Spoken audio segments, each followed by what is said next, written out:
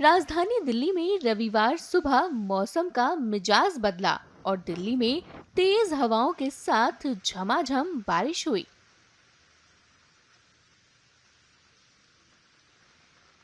इससे एक तरफ जहां भीषण गर्मी से लोगों को राहत मिली, वहीं दिल्ली में चली तेज हवा आंधी की वजह से दिल्ली के कई इलाकों में पेड़ गिर गए।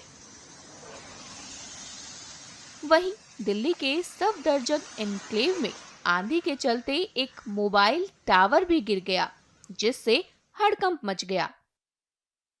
सुनिए सरकार पर निशाना साधते हुए आप नेता सोमनाथ भारती ने क्या कहा।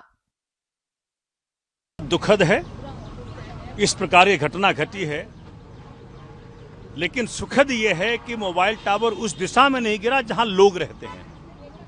मैडम कपूर यहाँ खड़ी हैं, इनका घर इसके जस्ट पीछे है। अगर इसकी दिशा उस तरफ होती तो कितना जान माल का नुकसान होता उसका अंदाजा लगाना मुश्किल है। अगर ये दिन में हुआ होता तो कितने लोगों की मौतें होती इसका अंदाजा लगाना मुश्किल है। ये मोबाइल टावर सब नियम कानून के विरोध में लगा। रेजिडेंट्स यहाँ पे लगातार कहते रहे, सबसे मिलते रहे, सबसे मिन्नतें करते रहे। मैं इनके साथ गया, एमसीडी से आके मिला, लेकिन वो नहीं माने और यहीं पे सबके इच्छा के विरोध में मोबाइल टावर खड़ा कर दिया। हमने कहा कि भाई ह्यूमन हैबिटेशन है, जनता रहती है, एक तो रेडिएशन का चक्कर तो है ही, लेकिन साथ में अगर किधर उधर हो गया तो क्या होगा।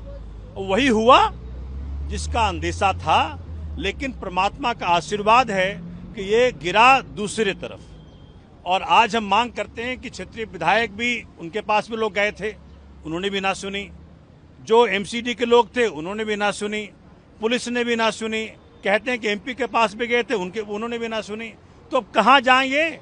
अब तो भाई हर तल पे आपकी सरकार है, केंद्र में भी आप हैं, स्टेट में भी आप हैं, एमसीडी में भी आप हैं। अब जनता कहाँ जाए?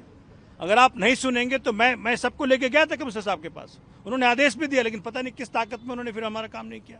तो आज हम मांग करते हैं कि जो लोग भी इसके लिए दायित्व है जिनका था, उनके खिलाफ एक्शन हो, एफआईआर हो। This is an attempt to murder, it's not an easy thing.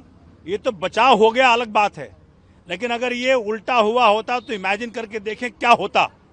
ये तो दूसरा अहमदाबाद था। इसलिए हम सब आज बहुत संकोच में हैं कि किससे क्या बोलें, लेकिन हम मांग करते हैं इस पे सख्त से सख्त एक्शन लिया जाए। जो अधिकारी इसमें सम्मिलित हैं उसके खिलाफ एक्शन लिया जाए और सुनिश्चित किया जाए कि एक तो यहाँ पे नहीं लगेगा और पूरे दिल्ली में जहाँ ह्यूमन हैबिटेशन हो वहाँ मत लगाइए, हैबिटेशन के से दूर लगाइए, वहाँ लगाइए जहाँ के लोग नहीं रहते। वहीं स्थानियों का कहना है कि उनकी जान बाल बाल बची है। सुनिए उन लोगों ने क्या कहा।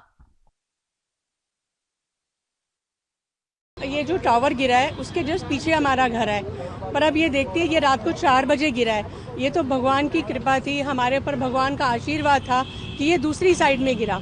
अगर ये उस तरफ गिरा होता, सोचो मैं, मेरे बच्चे, मेरी फैमिली सोए हुए थे, तो क्या होता, कुछ भी हो सकता था।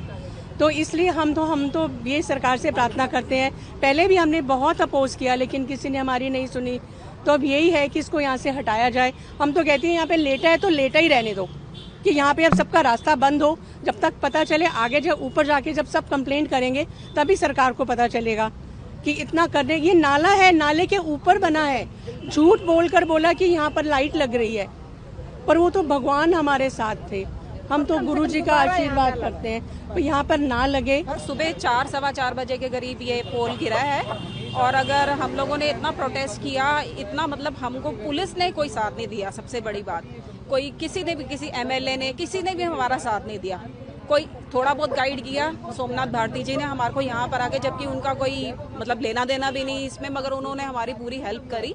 मगर अदरवाइज किसी ने भी हमारी कोई हेल्प नहीं करी। और पुलिस को बुलाया हम लोगों ने तो उल्टा लेडीज पुलिस लेकर आ गई, तो उनके सामने हम कहाँ खड़े होते हैं, हम लोग वापस चले गए। और हमने कोर्ट में भी केस डाला हुआ है इसके अगेंस्ट, और 4 तारीख को फिर दोबारा स्टे की उन्होंने डेट दी थी। तो